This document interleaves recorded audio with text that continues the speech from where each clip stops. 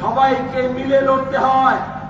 এই সবাই যাতে মিলে না লড়ে, এই জন্য ধর্মকে ব্যবহার করা হয়, আলাদা আলাদা গ্রুপে ভাগ করে দেওয়া হয়। আমরা লাল ঝান্ডা যেমন অধিকারের জন্য লড়াই করি, বেকার ছেলে মেয়েদের কাজের কথা, মহিলাদের সমান অধিকারের কথা, ক্ষেত মজুরের রুটি রুজির কথা, যাদের বাড়িতে ছাদ নেই মাথায় তাদের আবাস যোজনায় ঘরের টাকা, যে শ্রমিক কাজ করেছে তার ঘামের দাম, তার মজুরি,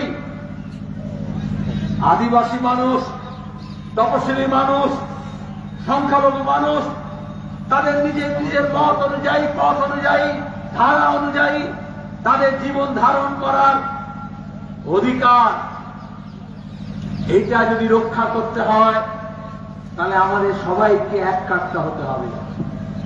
এই যে মানুষকে